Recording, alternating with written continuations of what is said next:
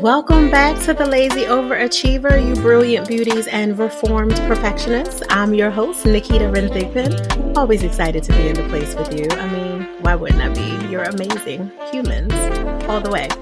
So I want to continue in what we were talking about last week. So for those of you who are just joining, we're doing a whole series on how normal isn't necessary in different areas of our life, our relationships, and our business. Last week, we talked about the normal of adapting in friendships and how that's not necessary and how we should influence instead, if that be your bag, if that's what you choose to do.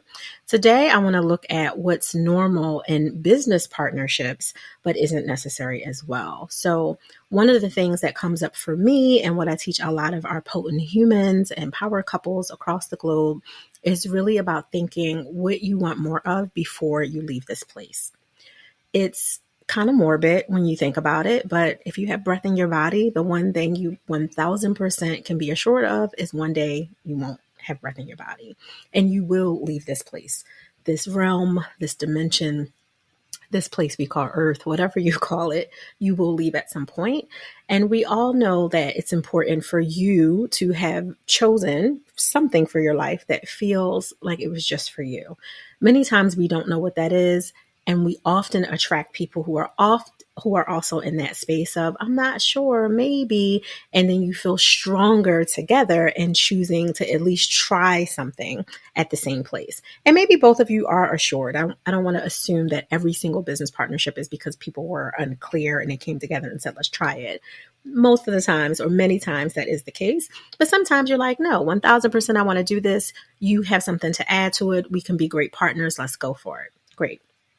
On the Balance Bully for Ambitious Women in Business and a Few Brave Men podcast that we also host, we often look at this topic from the space of creating legacy, especially in every area of your life and more especially in your relationships, but looking at how you're building that legacy as secondary to who you're building that legacy with. So we talk very specifically about the relationship portion of that, the work-life balance portion of that on the BBP. And today, although there's a little bit of overlap, I really want to look at the elements of outgrowing some of those partnerships, the loyalty of what that looks like, and setting expectations. I know I have had it in my own way. My husband and I have co-founded our umbrella company, our parent company, ThigPro, Balance and Relationship Management Institute, together at the time of this recording, almost 13 and a half years ago. And in the co-founding, first we have our marriage and then we have our business. There were definitely a lot of things that we had to figure out.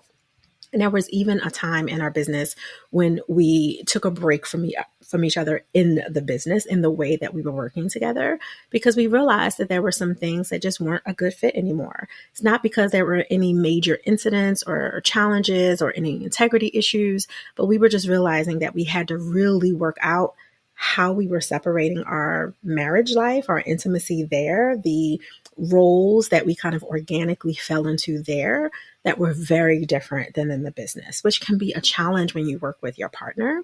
And although this episode isn't specifically the behind the scenes of that portion, happy to have another episode about that. If you want it, let me know. Just put it in the comments below or wherever you're hearing this from. So go over to our email at asknaketa@thigpro.com and let me know that you want more specifics around working with your romantic partner in your business. But this one is a little bit more holistic about business partnerships in general, because we've also had that. I have never actually started a company with someone other than my husband. Let me be very clear about that. But I have definitely worked with people as business partners for what we were doing for specific clients, presentations, speaking engagements, workshops, paid programs, all that kind of stuff, events, like all of that.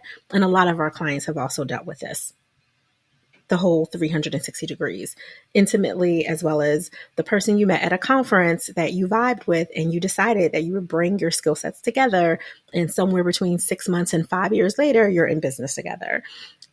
Whether it's the project or a full business partnership, 50-50, 49-51, take advantage of, women-owned status or whatever the case is. And there's a lot of layers of issues that can come up with this. The main one is the one that you have with yourself around loyalty, even when things aren't going the way that you want.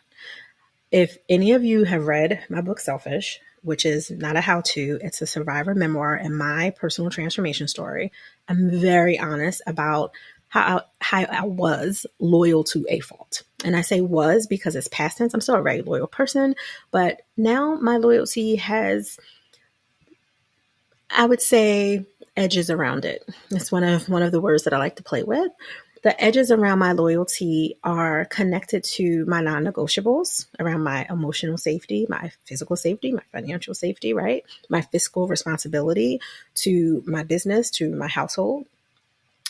They also, the edges also has anchors around it connected to how I want to be treated in any relationship, but especially a relationship where we have to work intimately together to get something done that's powerful, that's hopefully beyond excellent for whoever the end client is, whether that's under our corporate division or we're working with a founder and entrepreneur, or I'm working with a couple, depending on, what that business partnership looks like. That being said, it's really important for you to consider what your non-negotiables are in every relationship, and business partnerships are notwithstanding that.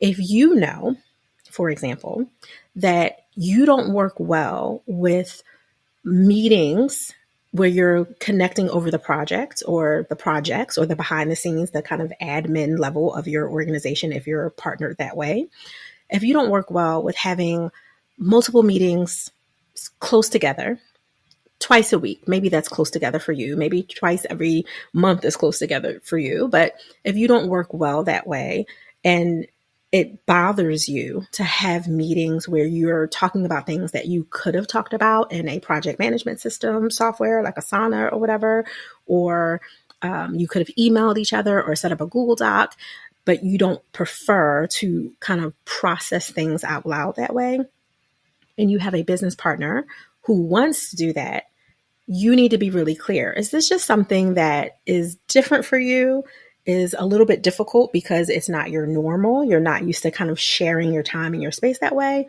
Or is this a non-negotiable? This is something that you absolutely do not want to be a part of your partnership because it will 1000% build resentment inside of you because of it. You'll feel frustrated. You will start not showing up energetically the way you would like to show up in your partnership, in those meetings, being prepared for it. Maybe your personality shifts when you're frustrated. We all know those people. And if that's happening, those are things that you want to talk about. Even if you've already had the partnership and you're like, oh, I wish I would have known this, Naketa, before. It would have been easier to set this up at the beginning of a potential arrangement for partnership. But now we are deep in it. It's, years and decades, and they're not going to change. I'm not going to change. Well, it's not going to change. They're not going to change, and you're not going to change if that's the way you're thinking. So be very mindful about the words that you're saying to yourself about the possibilities of the growth.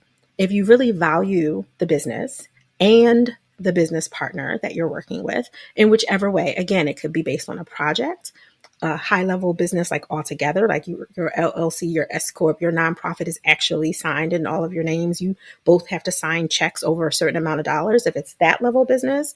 Or just, I have these business partners that are subject matter experts where we come together and do different paid programs together. And I'm finding that I'm challenged with working with them, because all those things can be true. If that's the level of business partnership you're in, or you're considering it, but you're nervous about what it looks like, first question your loyalty and what that looks like for you, whether or not you have non-negotiables, those edges around what loyalty looks like for you. It's really important that you don't get into a relationship where you already know that there's so many yellow and red flags. Even though the possibilities look grand from a financial perspective, they may have the contacts that you want to have. They may be have some business acumen that you could benefit from. All of that stuff could be true, but you don't have to go into a partnership with that person. Maybe you can set up a 3-month accountability program or peer mentoring that you do with each other if you both agree to do it. and you can benefit from each other in that way. And you're willing to share. You have to decide what you're willing to share, but you're willing to share resources and skill sets and things like that and business practices that don't necessarily mean tying your finances together, tying your reputation together, and you definitely don't have to tie your outcomes together. So let's parse that aside, push that over to the left for a moment, coming back to full center around your loyalty. What matters to you is really important because it will show, I promise you, it will show up, and you will end up showing your behind if you are not honest with yourself about what you really need in your business partnership. Part of it is setting expectations. So if I have an expectation that we will meet, I'm just making up things. If we need to meet for a project that's going to happen in 6 months, we need to meet at least 12 times. Actually meet. And that could be in person, it could be virtual. The logistics don't matter for that particular nuance. But if we need to meet 12 times and I have someone that I have to work with or want to work with in a business partnership that says, oh, because of my schedule, this, that, and the third, I don't think I can meet more than once a month. That's an absolute no for me because I'm already clear that I need to be able to meet a certain amount of times in order to get this done. Not because of the processing. I can process really well by myself. I have my own protocols behind the scenes of what I do and how I flush out things out of my head and all of it. But I need to make sure that we're in alignment with where we are so we're not stepping over each other, especially if we're in a public facing role in the partnership, that the end outcome is for us to present something together. I want us to look like what I call dance partners. We have to look like we've been dancing together for years, not we just learned this two-step. One of us can't dance. The other one's rhythm is too all over the place. And we just look like a hot mess. That's not going to work for me, even if we're not public facing, but especially if we are. So that's something that's important to me. What I don't want is I don't want to talk to you every day. I don't talk to any of my friends every day. I don't talk to any of my family outside of my husband every day. Like that is, and it's nothing against the person. I can love the person, like the person, respect the person, all of it. That's just not how my energy works. So I know that about me. And if I have a business partner or business partner potential person that really, wants that deeper connection in a consistent way multiple times in a week, and it's not something that's happening in 10 days that we kind of had to buckle down for, that isn't going to work. So really set your expectations, be clear about your boundaries around what you want, by first checking your loyalty to yourself and what you really want out of this project, this business partnership, and then also some of the defaults that you have. Are you someone who was also struggling with being loyal to a fault where the people were showing you all the yellow and the red flags across the thing? They're going into rooms, they're speaking on behalf of you, not giving you credit. They didn't get permission from you to speak for you in certain ways or to agree to certain things without your permission. When you do micro presentations or have an opportunity to present or pitch something in front of a company, they're taking up all the space. They're not really letting you say anything. They're talking the whole time. And then they say, oh, Jasmine, do you have anything to say? Like, that's not necessarily your style. And maybe it is. If it is, then great. But if that's not what you want, they're showing you all the things. But if you're loyal to a fault, many times you will bypass that and say, it's okay. That was just it. That was just Jasmine. That was just Donald. That was just David. That's just how they are. But if that doesn't work for you, even though it's normal, it's not necessary. So you have to back all the way up and look at not only what's your loyalty style, like what's going on with you there. Do you need to work out some of the edges of your boundaries and non-negotiables? Set the expectations, even in a long-standing partnership.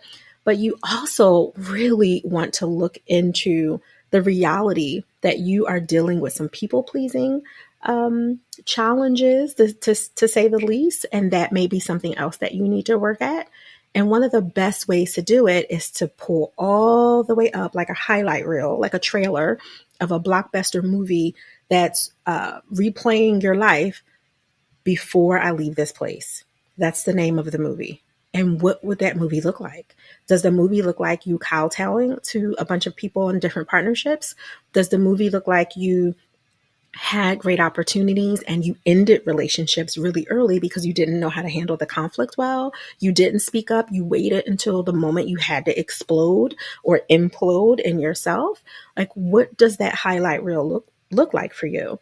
And for me, it's really important that I revisit it because, we get comfortable. We get into a step with ourselves where our lives are so full and productive that we do start to say things like, oh, pick your battles. Yes, you should pick your battles, but some battles need to be fought, right? Not every battle should just be dismissed and say, oh, I'll wait for the war moment, because some of those battles are absolutely building to the war and can be micro wars in their own way. So just being really mindful that you're not being so dismissive to the point that you're dismantling your soul. And that does happen when you have people, places, and things literally stumping on your purpose, partially because you're laying down and allowing it because of your conflict style. These are all things to consider. So I hope that that was supportive for just you to think about, have a come to Jesus moment with yourself about it, whatever it is. If you are considering working with potential business partners, check your loyalty with yourself. What does that look like? What are some of your challenges in previous relationships? What are those things that you feel strong about? What are those things that you are clear about your edges and your non-negotiables? Where are you perhaps overextending? Where are you not showing up? I can think of so many situations that clients have shared where they work with people who aren't pulling their weight. They know that they're type A. They know that they are not reformed perfectionists, but still perfectionists, maybe working on the reformation part. So they lean in on it and they purposefully are lackadaisical, not the lazy overachiever embracing rest so that you can fuel up and dominate. Not that version of lazy. Their old school version of lazy where they're literally like, Naketa will get to it. I know she'll handle it. She's so specific. She's so detailed that she'll do it. So all I have to do is show up for the meetings and shake my head like, yep, I agree. Mm-hmm. And that happens a lot.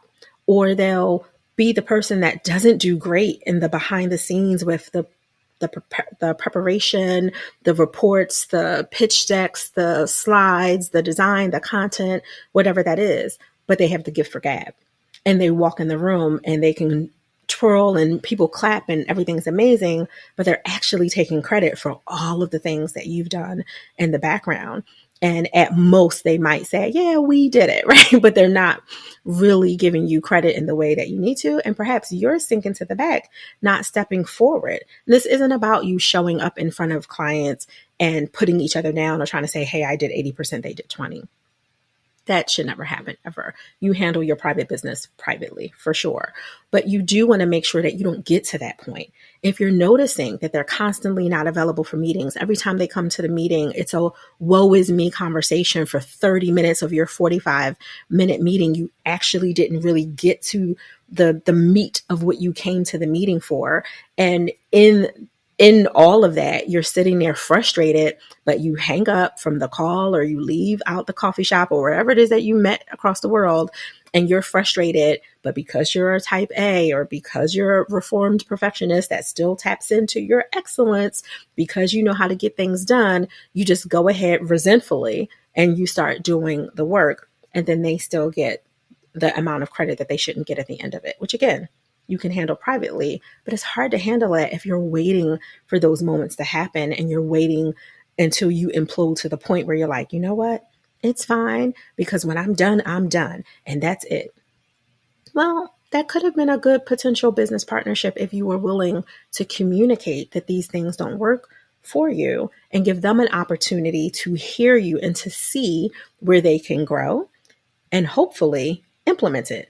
Then if you've done all the things, you've shared your loyalty style, you've shared your expectations, you've been very clear with, hey, I know I'm not perfect. I'm working on these things too. I'm open to see if I can work with you better. And you've done all those things and they're still repeating the pattern because we look at the data and we look at what the pattern is that the data is showing us. If this is coming up, then A, you know that you should not be continuing that business partnership. You will wrap up the project completely and you will do your excellent best because that's what you're supposed to do, especially if you've signed contracts. But you also know that you need to give some appropriate feedback, especially if there is a friendship tied in there. Because most people aren't in business relationships where there's not also some version of a friendship when we're talking about like a business partnership for a project or an actual organization. And if you value the friendship but realize you don't work well together, both things can be true, and you can have that conversation without tainting the relationship. Be clear, it's going to be awkward. There's no question. It's going to be awkward. It's going to be uncomfortable, but so many great things are. And if they are true friends, assuming you have an actual friendship, one day when the discomfort and the awkwardness of the conversation has kind of passed by, they will really appreciate that you were willing to have that conversation with them. The last thing that any of us want is a bunch of people shaking their head yes around everything that we do, but not actually giving constructive feedback. Just like you don't want constructive feedback that's coming from envy or jealousy or for some reason trying to minimize you, shaped as constructive feedback when actually that person is just hating on you, right? Like you want the feedback to be something that's going to elevate, to grow you, and that was given to you from a space of love and perhaps concern, right? So just being mindful, check your loyalty style and ask yourself, what kind of business partnership do I want to create or continue in as I'm creating whatever my legacy is, whatever my imprints are across the generations to come. Before I leave this place, what do I want that to look like? And be willing to be really honest with yourself as well as your current or potential business partners. I'll leave that there. All right. Before I go, I always have to ask you, rebel against the rush. It's so important for your spirit and your soul to embrace a little bit more of the lazy in you as you work less and trust your inner brilliance more. I'm Naketa Ren Thigpen, and I'll see you on the other side.